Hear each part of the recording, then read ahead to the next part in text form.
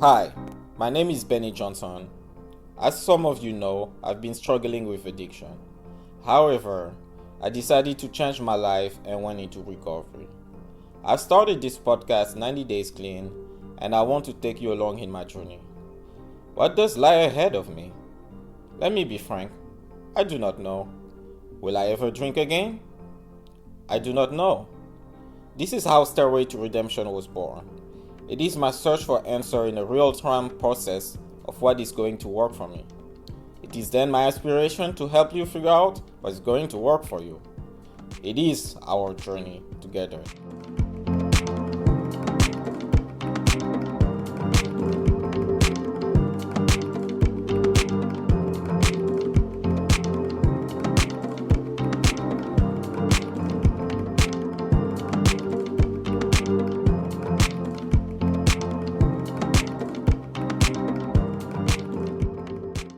Hello and welcome to another episode of Stairway to Redemption. Today I have a special guest here. My roommate from Ria has been patient. He has celebrated a year sober the past summer, and he's going to share with us his story, his journey in recovery, and tips on how he's maintaining his spirit and his mind spiritually fit. I give you guys Edwin. Edwin, how you doing? Hey everybody, my name is Edwin. By the grace of God, I'm sober today. I want to thank my higher power because without him, none of this would be possible. Like it talks about in the big book, I'm that alcoholic of that hopeless variety. 12 years of bumping my head, numerous jails and institutions. And when I mean nothing could stop me from using. The only thing that has ever worked for me is a higher power in this 12-step program, which I choose to call my higher power God, and I go to AA 12-step fellowship. Oh, that's good, man. Blessed. So, the tradition here, speaking of 12 steps and tradition, the tradition in this podcast, the first question is the state of the mind address. So, what's going on in your life lately? You just came back from a trip, so how you been? Okay, I'm doing great right now mentally. So I'll say right now, today, right now where I'm at.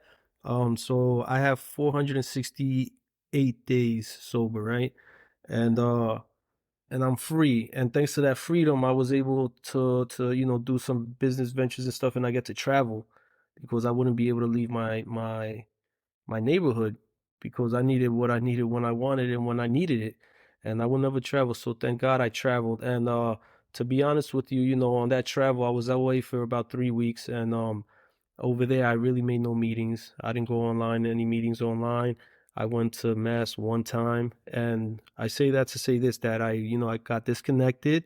And I really got disconnected where I wasn't even praying and meditating. I wasn't doing my 11th step prayer, my 10th step. I wasn't doing really much, but just focusing on work over there, which is very dangerous. So today, thank God, I've been making meetings ever since I got back. I got a support group that is awesome that calls me once I got back and, hey, you want to make a meeting? I haven't seen you in a while. And, that's what the whole fellowship is about. So today, right now, I'm grateful, but I'm very, very vigilant because I know where, it's a habit, man. I had a great habit. I had a nice system down, set up. Wake up in the morning, do my little prayer meditation, read some daily reflections, and do what I had to do.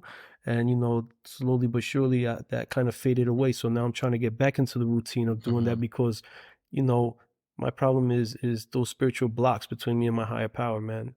Th- So That's that I think I get what you're saying. So you it's like you building a stock of like being spiritually fed, and when you were away on vacation, since you couldn't access that, you were using your resources.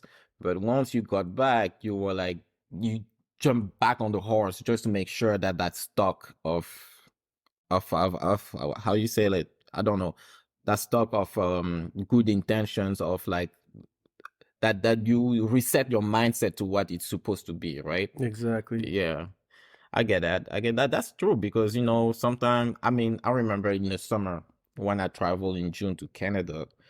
I went to couple AA meetings, but it was not the same as thing. I was not tempted. I don't know about you. I was not tempted to do anything, but it just felt good when I was good home that I could get back to my routine and just, like get myself spiritually fit. It's like the way I see it is like you go away on vacation, you cannot really go to the gym, and then you come back home and you get back to your routine in gym instead of being like, oh shit, I haven't gone in the gym for so long, and then you procrastinate and then you don't go to the gym when you get back. That's how I see it. Exactly. It's a dangerous, slippery slope, you know, and Yeah. that's why I have to stay vigilant. So I'm vigilant right now. But otherwise, I'm very grateful, man, because like I said, I never traveled. I never went anywhere. Mm-hmm. You know, I was comfortable.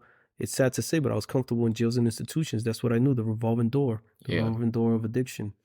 Yeah, so it's talking about joy institution. You're gonna now tell us your story, like how, something brief, how you ended up, um, how you were introduced to alcohol and drugs, and how you ended up in recovery. Okay. Mm-hmm. So, very quickly, you know, I tried alcohol when I was young, maybe 13 years old. I was away at the Dominican Republic, and you know, my problem has always been that I wanted to fit in with somebody. So you know what the young kids were doing there was drinking, and guess what? I drank. I got drunk at the age of 13. I'll never forget it. I was puking by a river, and it was the worst experience ever, and I didn't like it. And you know, the sickening part is like the following weekend, I did it all over again. And that's insane right there. And that should have been a little lesson in itself right there. So fast forward the tape, like I said, I always wanted to fit in. And you know, in high school, what are kids doing? You know, weekend parties, everybody smoking pot. So I started smoking pot, weekend parties, and then eventually, you know, I start hanging out with other kids that are doing bigger and worse things, you know, cocaine, ecstasy, and I didn't see it back then because I really thought that I was in control, but I had a problem back then, man. Because you know, like let's say my regular friends probably smoke one joint of weed a day, right? I was smoking like five or six, man. I was cutting classes. I wasn't going to classes. I was smoking.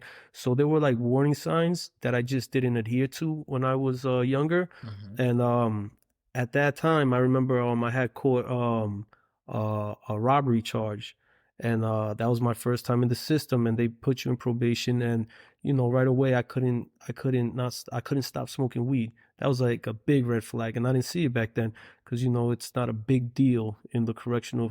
You know, it's not a big deal. It kind of is, but it's really not, especially if you're young. So they had me going to outpatient. I could never pass out, you know, pass any tests and stuff like that. And then, you know, hanging out with the wrong kind of people and stuff like that. Somebody was like, "Hey, why don't you try, you know, PCP?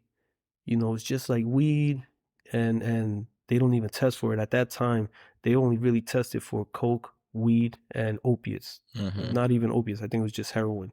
So I started smoking PCP, and that was like a big it opened the doors because that drug was like really messing with my mental state, and it just turned me into a complete different person. And then Mm-hmm. I started to notice that the effects of drugs would make me forget about any problems that I had, any anxiety, any feelings, period. And you know, I went to jail a couple of other times and stuff like that. And I got stabbed one time, and I got introduced to opiates. Mm-hmm. And I had lost this girl that I was my girlfriend at the time and stuff like that. And you know, I got cut off the pills, and long story short, I was doing opiates for a while. And basically, you know, that turned into a nightmare. 12 years of pain and misery, revolving doors, jail and institutions. I couldn't stop. It didn't matter what it was. I just didn't want to feel anymore. The guilt and shame had me in this revolving door. And it's crazy because you think about it, like the guilt and shames that I talk about the guilt and shame, and any normal person would have probably been like, well, you know, if you keep doing the same thing, you're going to have more guilt and more resentment and more shame. But I didn't see it like that. I just knew that whenever I picked up, I didn't feel, I didn't think about, you know, how my life was turning out, that's not what I planned in life. You know, nobody plans in life to be going in and out of jails, in and out of rehabs, you know, addicted to substances. Mm-hmm. That's not what I pictured. You know, if you asked me in the ninth grade, what do you want to be? It surely wasn't going to be, you know, a derelict in the streets, you Mm-hmm. know, trying to support my own habit and stuff like that. So, you know, it was just many years of jails and institutions, and these false promises that I would tell myself that I had it under control, and that I would just do it this one time. That was like the biggest worst thing that I used to tell myself coming out of jail, coming out of rehabs, and those were the worst things. Like that was the worst thing, that I could sit in jail. And I'm not gonna say that I've ever did a bit sober, because that's how I know that I have a an addiction problem. I'm a real alcoholic addict, because not even jails will keep me sober. No rehab kept me sober. Normally people go to rehab when they're sick and tired of being sick and tired, and they're like, this is the last straw, let me fix myself up. I would go in there and say, you know what, I could do it one more time. I'm behind the wall, I'm enclosed, I'm in a rehab. I'm just gonna do it this last time, and when I get out of here, I'm gonna take stuff seriously. But I never did. It was always that insane thinking, that disease of the mind that always told me, you could do it one more time, just one more time. It won't be as bad as the last time. You won't get carried away, because you already know the difference. If you do it 2-3 days in a row, you're done, you're finished. Yeah. You're off to the races. I would always tell myself, like, nah, I learned from the last time. I'll just do it on Friday and that's it. It's funny right now, right? But yeah, it's the honest truth, man. And that kept me sick, and it kept me out there for many years. Listen, no jail kept me from doing drugs. No judge ever kept me away from doing drugs. My mom crying and begging and pleading wouldn't stop me from doing drugs or alcohol. Not my brother not talking to me, or my sister not talking to me. There were no consequences. The point blank period, the line is that there was no consequence too great that ever scared me or stopped me from using. My own daughter, I said, well, when I have a daughter, I'll stop. Not even that, bro. Not even losing my whole family will make me stop, because it just had a grip of me, man. It was powerful. It had me. And until I changed my mind and changed the way I thought, and actually started listening into like rehabs and what they had to offer. And actually the first step was for me to actually say, you know what? And this was the hardest step that I ever took in my life, was to actually admit and say, you know what? I really do have a problem with this crap. I can't stop. I really can't stop. I think I can, but my experience shows me that I can't. I've been doing this for 12 years and I can't. I always try it by myself, and I can't stop by myself. Maybe I do need this help that these people are talking about. What is this 12-step stuff? What is AA? What are they talking about? Would this really work for me? And I started being open-minded. That's all that they asked for, is to be a little open-minded. And I started being open-minded, and I started to hear people. And when people went up there and said they had, forget about these large numbers that I hear now, like 30 years, 20 years, 15 years. These people were just simply saying to me that they had, I believe, 3 years. Some guy said he had 5. I looked at him like he was God. I said, what? I told him right after the meeting, I go, how much time do you have? He goes, 5. And I go, can I ask you a serious question, man? He goes, yeah, what's up? This was my first sponsor. I go, you really have 5 years? And he goes, yeah, because I couldn't believe it. Bro, I couldn't put an hour together sometimes. I would wake up in the morning and say, listen, I'm definitely not using today because of my because of whatever. It was never, that was a big problem too. I never wanted to get sober for myself. It was always so my mom wouldn't stop, so my mom wouldn't be crying. Yeah. So my daughter would have a dad. So I'll be a good husband or whatever. It was never because I really wanted to, because I loved myself and I cared about myself and I respected myself, because I always felt like I was a piece of dirt, basically. Yeah, you can swear, man, if you want to. So yeah, basically, I had a long time because of many different factors. I can't just pinpoint one reason, just say, and then the biggest reason is I love the effects of alcohol and drugs, man. I love it. I just don't like the consequences, man. Yep. And then I had to kind of pinpoint, like, why do I like to get high? Why do I like to get drunk?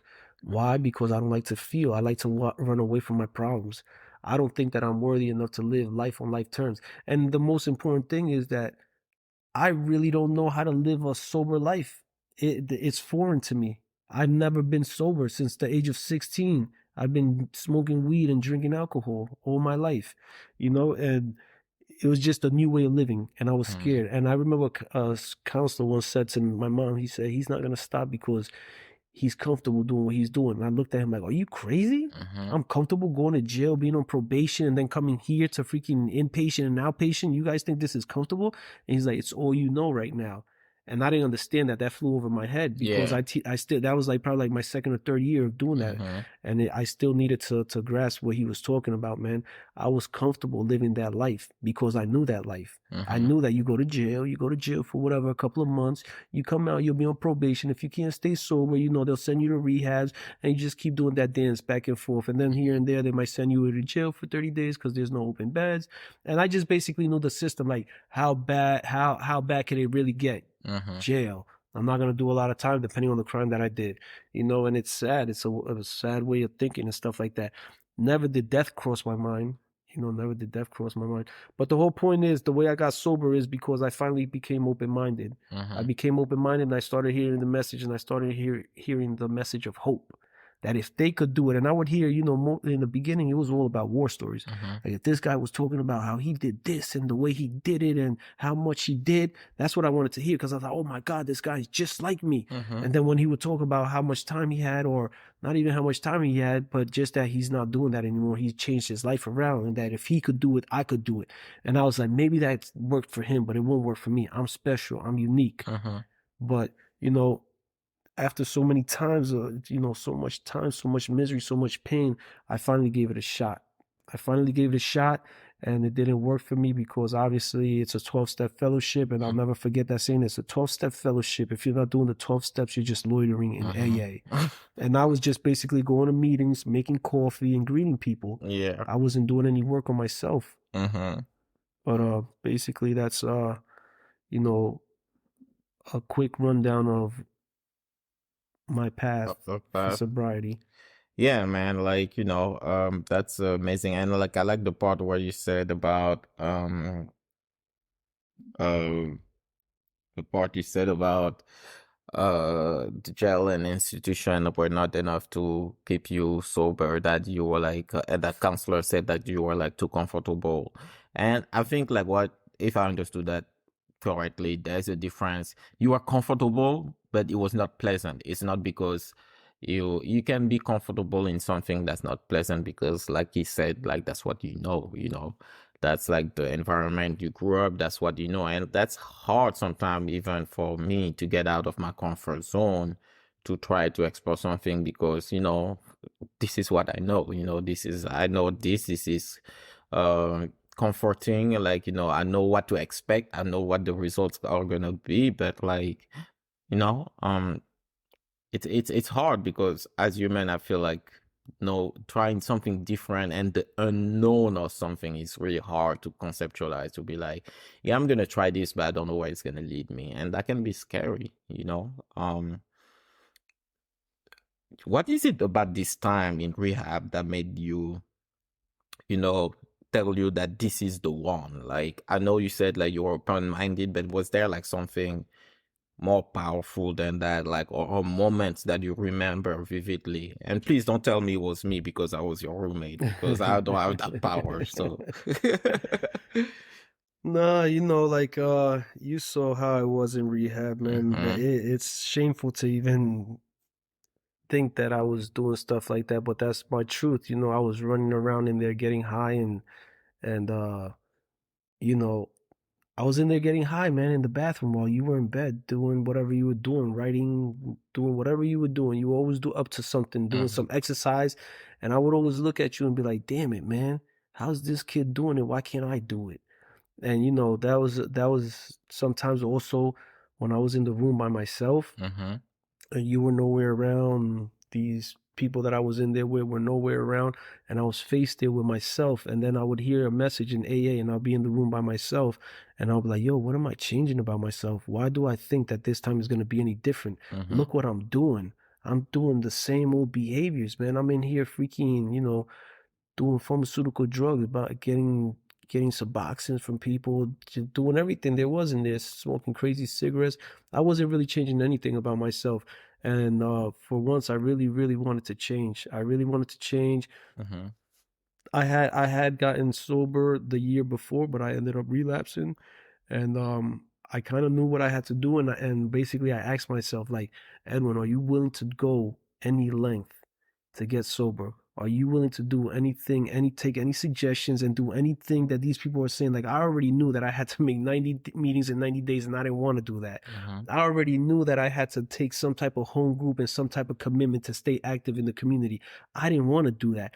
And then they told me the reason why I relapsed was because, I didn't do the 12 steps. I didn't work anything about me. And I'm like, honestly, I was like, yo, this is too much work, man. Like, Yeah. I just want to come into rehab and leave and be cured, man. Like, Mm-hmm. can't they just like give me a magic pill and I'm done? I'm cured.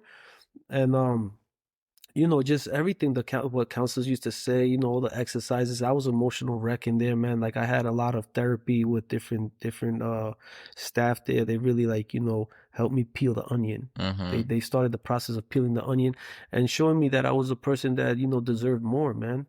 And that if anybody could do it, I could do it too.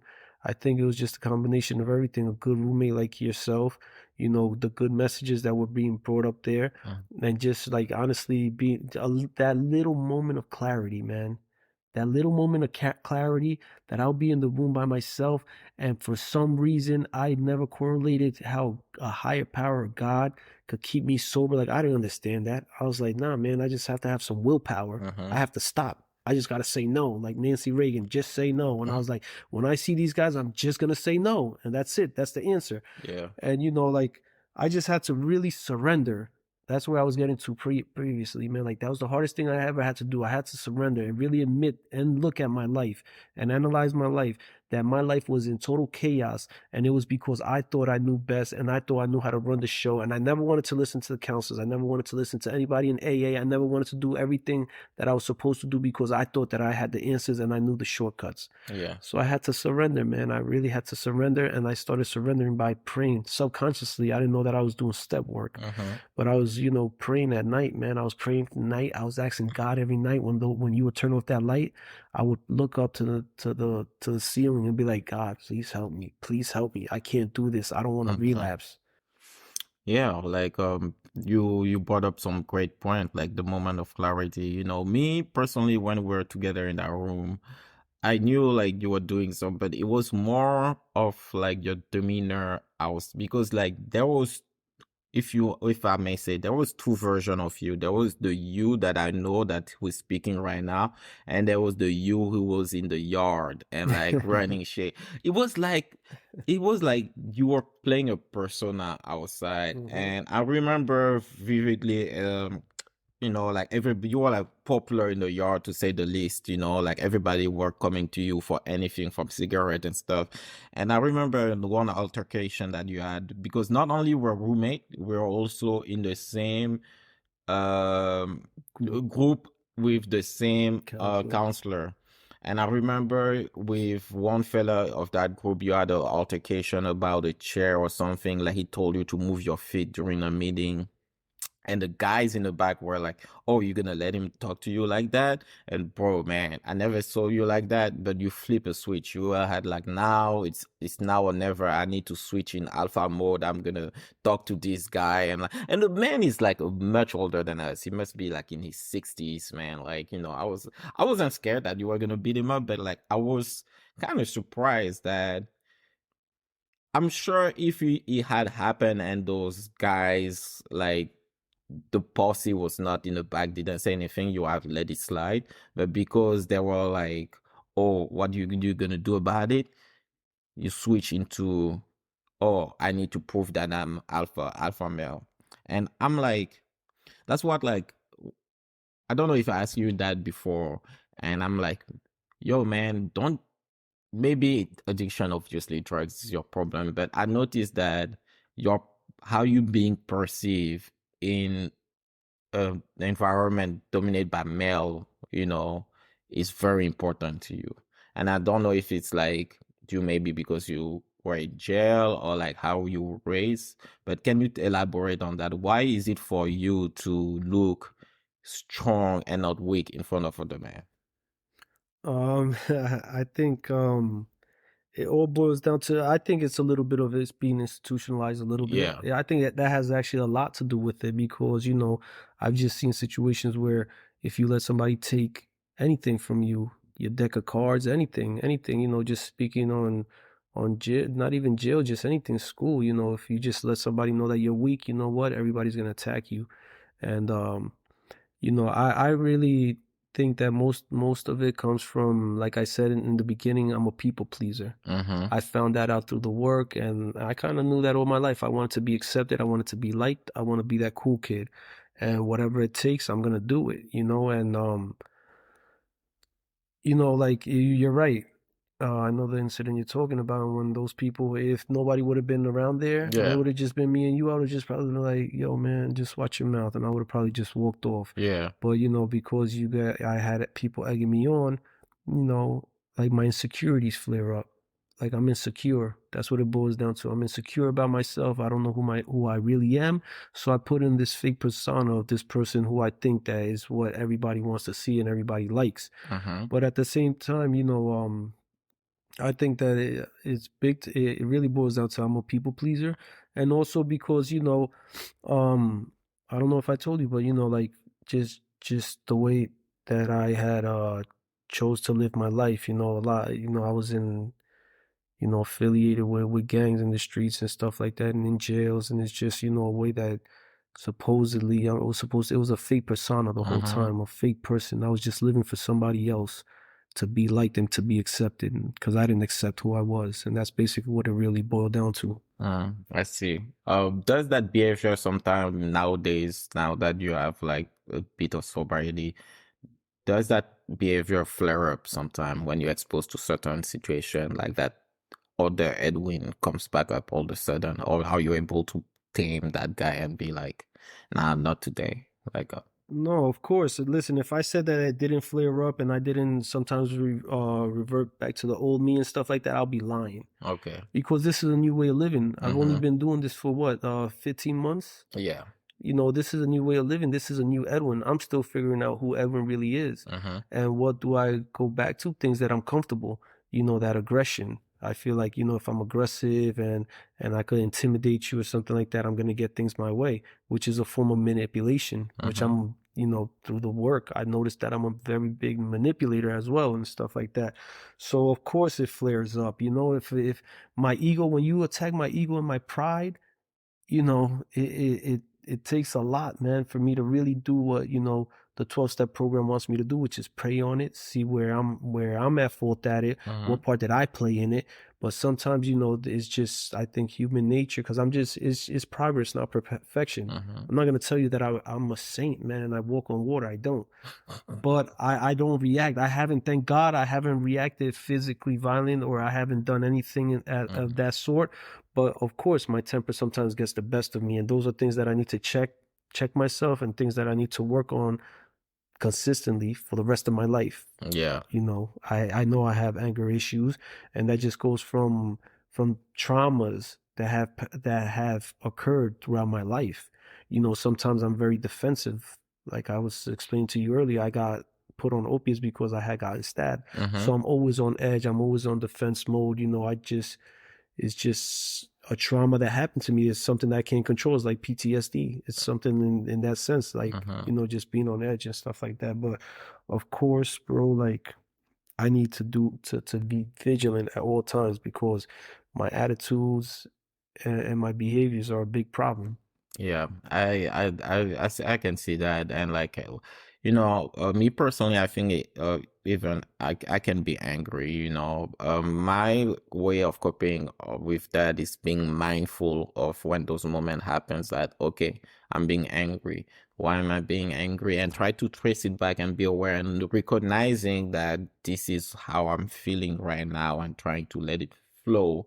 And I have like a bunch of support mechanism, meditation, like that kind of stuff, like self-awareness, mindfulness, to help me process that. Like, and you were talking earlier about like your support network, like, um, so what is your support network like? Like who is in your corner?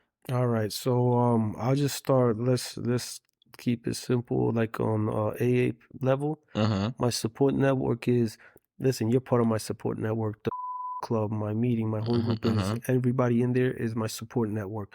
There's people that I talk to more than others and stuff like that, but definitely my sponsor. Just a lot of meetings that I go to, just a lot of people that are in AA and are active members, and I see that they have something that I want, which is not not like before. I used to look at people like, oh, does he have, what kind of car does he drive? Or does he Yeah. have this? Does he have that? No longer is it that. It's more like, is this person a peaceful person? Because I don't want to get with a person that has anger issues and doesn't know that he has anger issues and he's acting out, because you know what? I'm doomed. So I look for people that are peaceful, people that have, you know, that are in a different state of mind that I could learn something from and become a better person.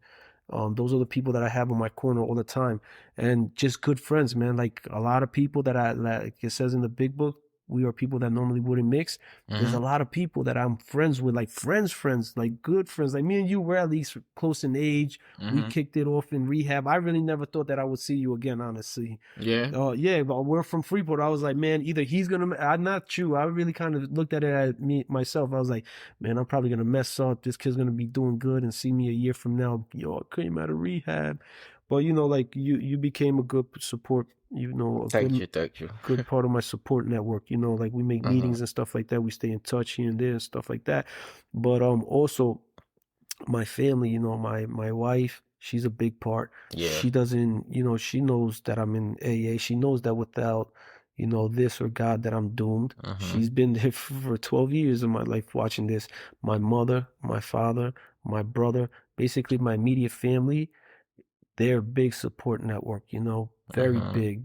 They really try not to, and I don't like implement anything like, oh, it's Christmas, don't drink around me, you know, because that's not being free. Being Yeah. free is that I'm getting to enjoy my time with my family and not, and you know, if they're drinking, that's on them, you know, Mm-hmm. as long as they're not trying to push it in my face. Like I've had Mm-hmm. cousins, like, you know, I've had cousins who I thought would whatever, that's a whole different subject. But I have cousins and friends, bro, that like you would think that they would be like, damn, I saw how this kid was a mess and look how he is now. He's doing so So great. Why would they, you know, be like, here, you want to drink and then just put it yeah. under my nose? Like I don't know. I don't know if it's to tempt me to see if I would take it, or I don't get it, but it boggles my mind. And I say that to say this, that, you know, during recovery, sometimes I have to be vigilant of Mm-hmm. who I surround myself with too. Yes, Because I don't know exactly. if it's that they don't want the best for me or what Mm-hmm. it is, but I just take it as they don't understand the severity of this disease. Yes. And you know what? For myself, I need to like kind of be away from these people for now. Yeah, like definitely. I think like I mean I'm not gonna I don't know for sure. I'm not gonna call people like in your family malicious and wanting to see you fail, but I think like it's like you said, they just don't understand the severity of it. They see you having your stuff together for a while. They're like, okay, so he got it under control. Maybe now he can have a drink. But they don't understand that's not the case. To Exactly. go back to your family, um that the part of your base support network. You know, like most people who are family, wives, kids, when they get out of rehab and they're trying to get sober, that family can be very demanding on love. They're like, okay, now you need to pay us back. Now that you're sober, you need to be with us. You need to do this. You need to do that. And it can be overwhelming for people who just got out of, who just got sober because they need to work on their sobriety. How understanding your family was that, hey man, I have to make those meetings here and there. I have to go to this because you go on retreats too, Yeah, right? I go on Yeah. So retreats. how understanding were they at the beginning that you had to do those things for yourself and not be present yet?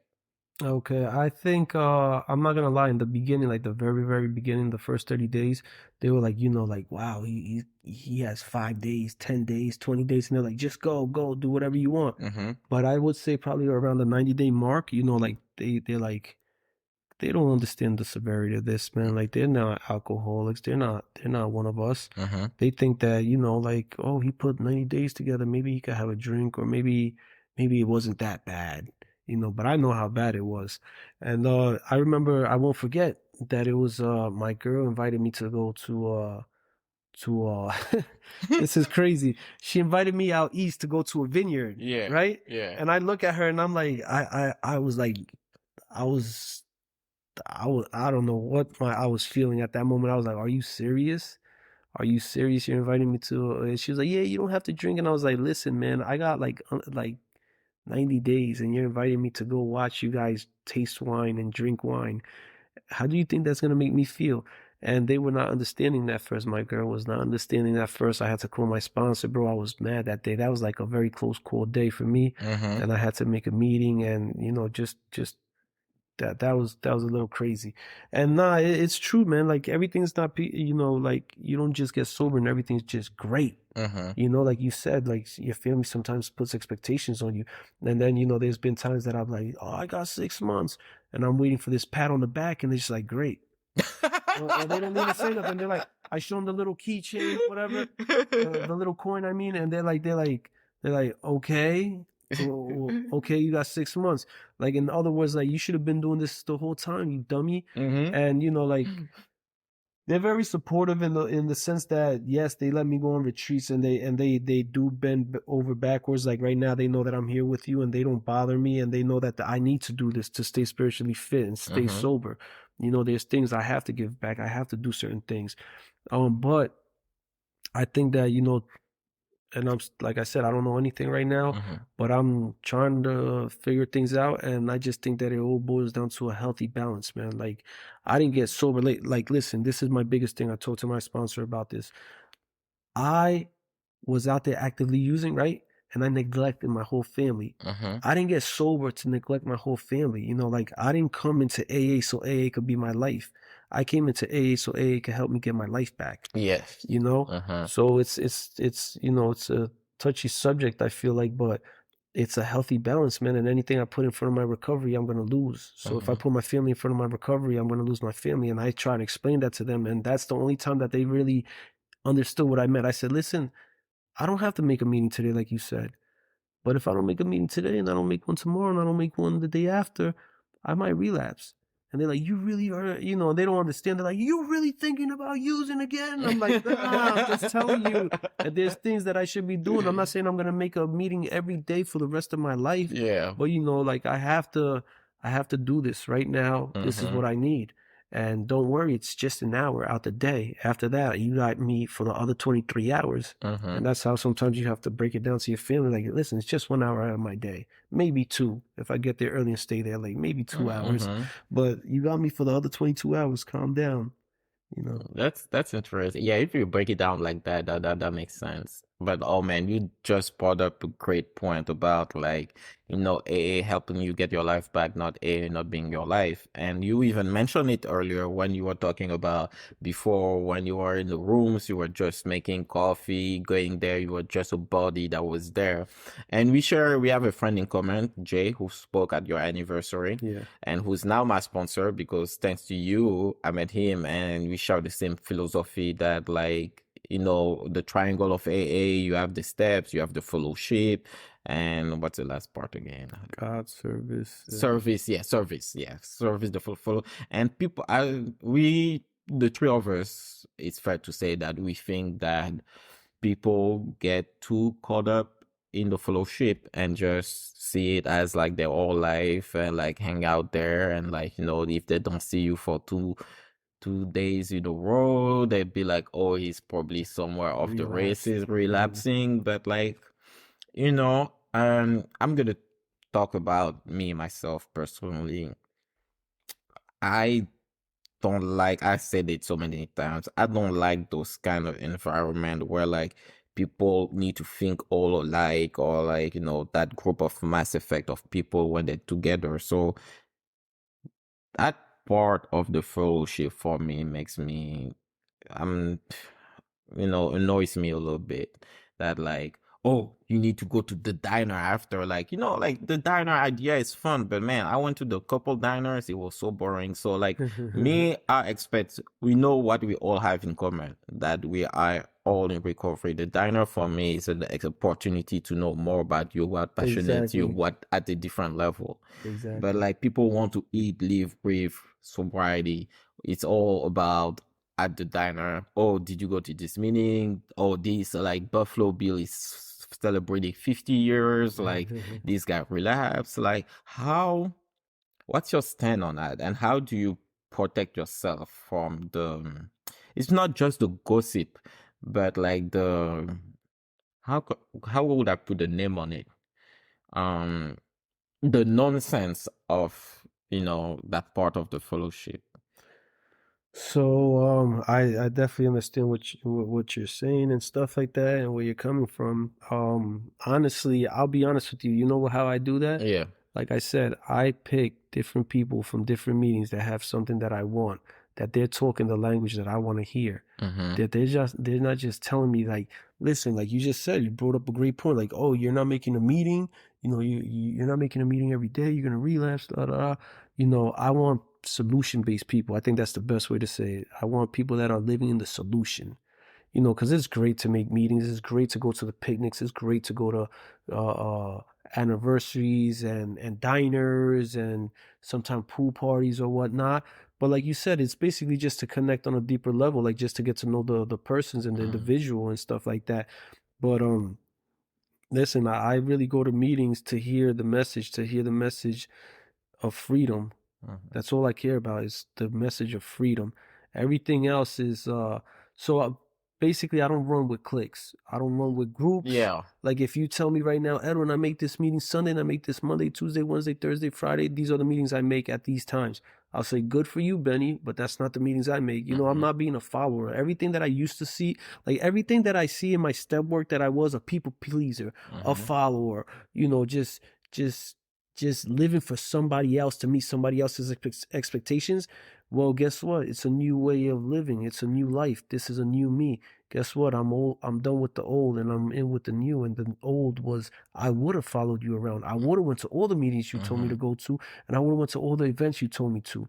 But you know what? I'm a man and I'm gonna stick to my own. And I'm just gonna go where I find the best meetings that are suited for me and Mm-hmm. catered to me. That's where I'm gonna go. Now, do I go to diners sometimes? If I'm hungry and people want to go to the diner afterwards, sure, I'll go. Not a problem. You know, I do like to mingle a little bit here and Mm-hmm. there.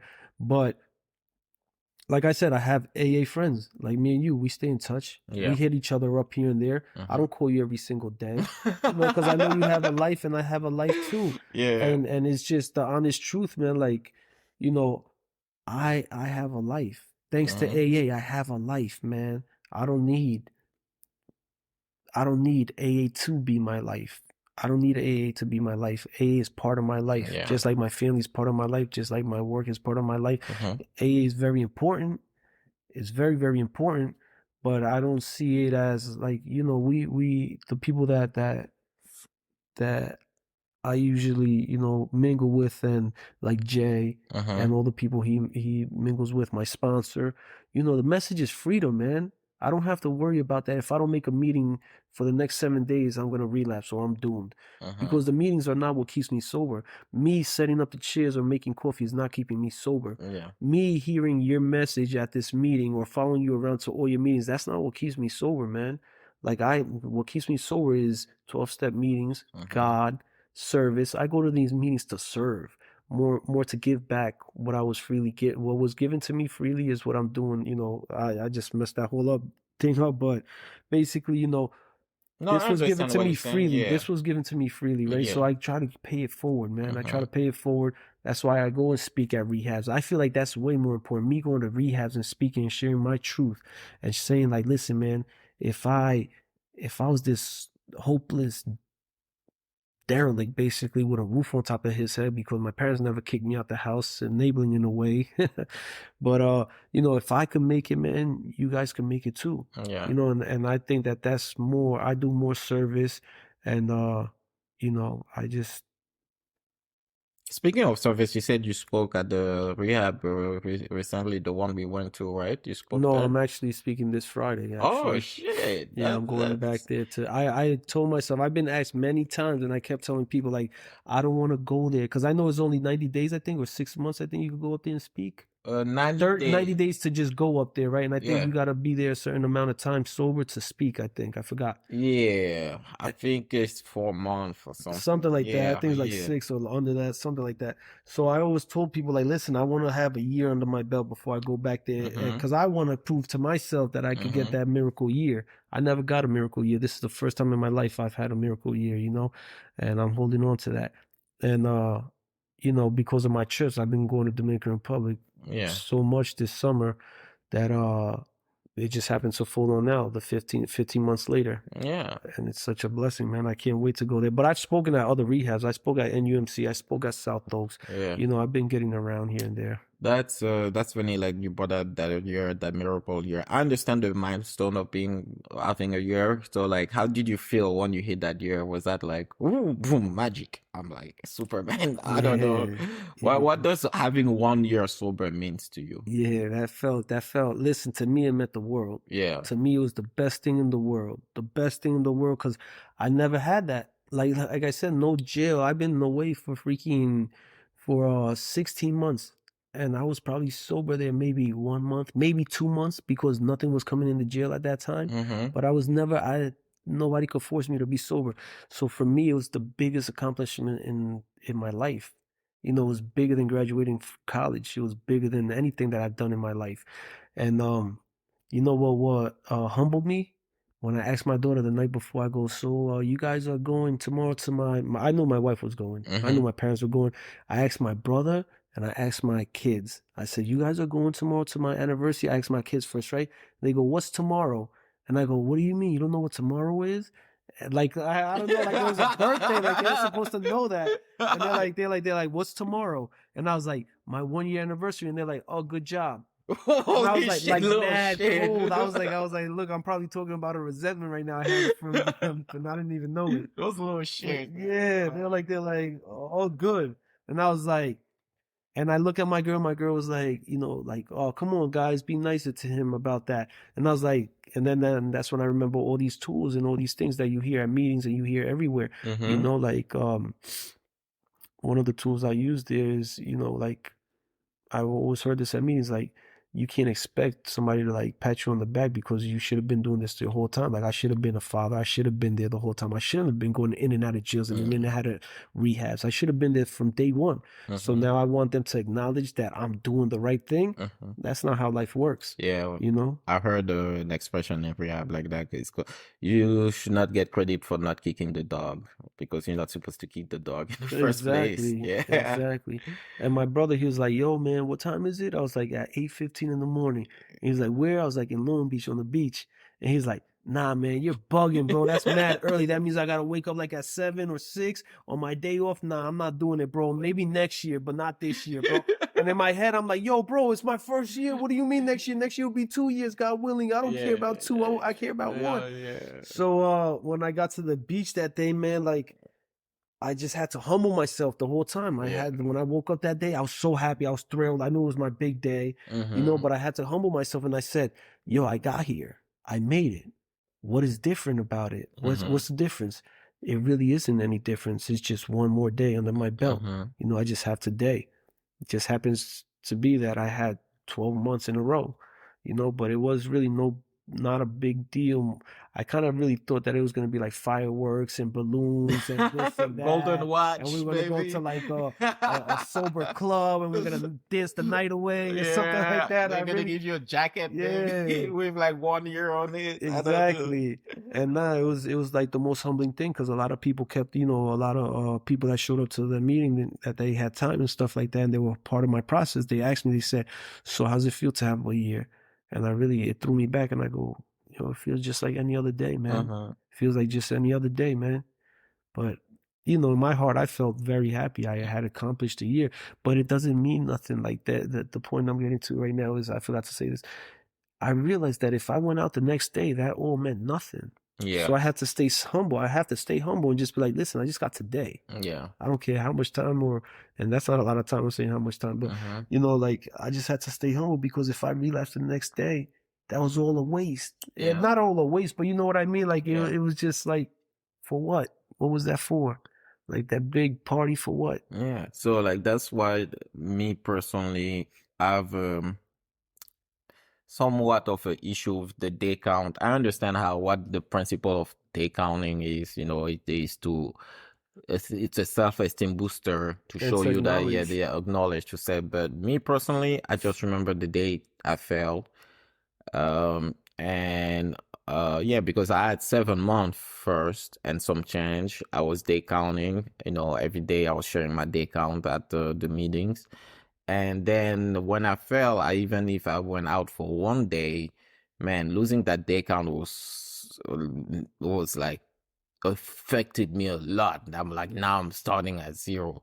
Once I put that mind that the day count doesn't mean much out of my mind, man, I was free. So right now, I know how much time I've like what from March 8th, no, March 4th to now, it's like 8 months and some change, but I don't daily count, Yeah. like December is gonna come. I'm like, oh yeah, 9 months. Yeah. It crossed my mind Yeah. there and there, but like I don't count every single day because like for me, it's like doing push-ups. When you Exactly. start counting, you do less than when you just do. Just Like, go. yeah, go, right? Like sorry, I always bring gym analogy, but that's for me, that's a good way to explain. But, and, like you said, I like the fact that you said like, yeah, it was fun. It was great to have 1 year.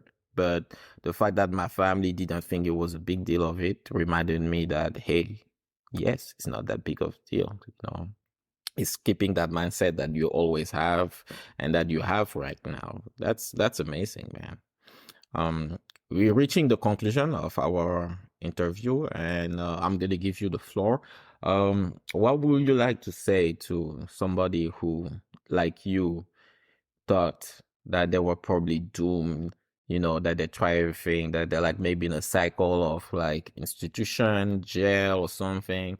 What would you tell that person, or what even would you tell the old you who thought that everything was hopeless? Hopeless. Yeah. Hopeless. Yeah. That everything's not lost, man. Like everything's not lost until you're 6 feet deep. Like I had a lot of friends that passed away and that they weren't afforded this chance, or maybe they were, but they just didn't take advantage of it and they just didn't do what they had to do. They didn't take the suggestions and stuff like that. And it's never too late as long as you're still breathing, and it doesn't matter, man. Like if you fail, just get back up, man, and try again. That is the biggest, best advice I could give. That gift of desperation. As long as you still have that gift of desperation, man, you're still on your way, man. You still have a shot. Now, when you wake up or whenever you relapse or whatever, you wake up in jail and you just throw in the towel and you're just like, man, this is what my life is going to be like. And you really don't have that gift of desperation. You're not desperate for a positive outcome, for a better outcome. you know, that's when you're doomed, when you give up. Just never give up, man. It's never too late. Listen, it took me 12 years. 12 years of jails and institutions. I don't like to touch too much on that topic because Mm-hmm. I like to try to reach as many people as possible. And there's people that never been to jails. There's people that probably never been to, when I say institutions, I mean rehabs and stuff like Mm-hmm. that, detoxes and stuff like that. There's some people that I know that just somehow kicked it at home, and because I hear different stories in different meetings. So I try to like appease the masses and stuff like that. And I would just say, don't don't compare stories, man. That was like a big problem of mine. That's why I went out one time. This guy Yeah. started saying how he smoked his house, how he drank his kids, how he whatever sniffed his wife, and he lost it all. And I looked and I said, "Hold up, man!" And I started comparing. I was like, "Hold up, I'm not like these people. These people are sick." Yo, I still got my girl. I still got my house. I still got my car. I'm good. These Yeah. people are losers. And excuse me, but I'm being real frank right now. Like Yeah. I was like, these people are losers. Like, how do you do that? How do you lose all that? But in reality, I was losing everything. I just hadn't lost it yet, Yeah. because yet you're eligible too.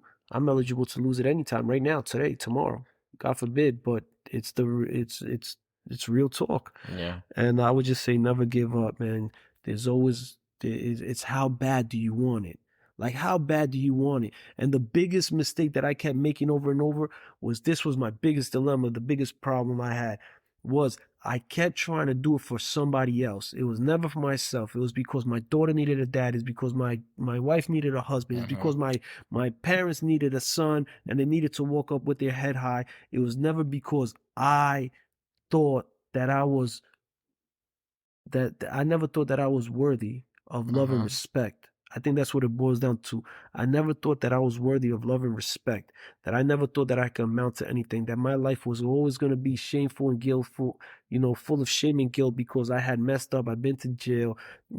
I'd done some bad stuff to get whatever I needed, and you just have to learn. I had to learn to forgive myself. That was big. I had to learn to forgive myself so that every day I could look a little bit better in the mirror and start to like myself, because I didn't like myself. I definitely didn't love myself. I liked myself. And the biggest, this never left my head. In all the rehabs and all the jails I went to, my girl was always like this. This is a question that I always ask myself. My girl was like this, like, I would always say, bye, I love you. And she was like, listen, stop saying that you love me because you don't love me. And I was like, what do you mean? How you going to tell me I don't love you? I love you and I love my kids. And she was like, listen, you can't love us if you don't love yourself. And that was like the biggest thing. Like, I was like, Shit, yo, man. that is true, man. If I don't love myself, how am I going to say that that I love you? It was all fake. It was all false. Everything I was speaking was false. But the biggest thing is, man, just keep on trying. Don't ever give up. Don't ever give up.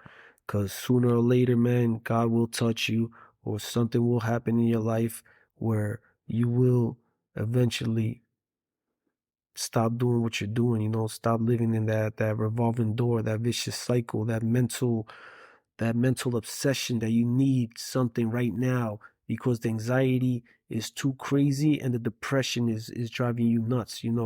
Like, stop living in the future. This is what I'll tell myself: stop projecting the future. Stop thinking that a year from now you'll have this and that, or if you stop for 30 days you better have this and that. Your family better give you the keys back to the house. Like, stop projecting the future and stop living in the past. Stop feeling so bad and shameful and guiltful because of the things you did. Live in today. Just focus on today. What are you doing today to better yourself? Like, not to better yourself for tomorrow, because tomorrow's not promised. Just what are you doing right now, this instant, this moment, to better yourself, to be a better man, to be a better father, to be a better version of yourself? That's all I could really say. All right, damn, bro, that was an awesome conclusion, man. Like, fucking preach, man. Like, all right, yo, man. You say, oh man, we had a 55 minutes, almost an hour. That went so quick. All right. Yeah. Thank you very much, Edwin, for being a guest on this podcast. Thank you for having me. And guys, I will see you for the conclusion. Bye. All right, guys. What a great episode. Thank you very much to Edwin for being the guest of this episode. And this last word, his conclusion, helped me find the title. Reminded me that when he said, do it for yourself, let's remind us that, like, we need to do it for ourselves, not for our family, not for our girlfriends, not for our kids, but for ourselves, in order to get sober and to stay sober. This episode is definitely a gem. I cannot recommend it you guys enough, and thank you for listening to it. As usual, follow us on social media and support us on Patreon, and I will see you guys next week. Bye.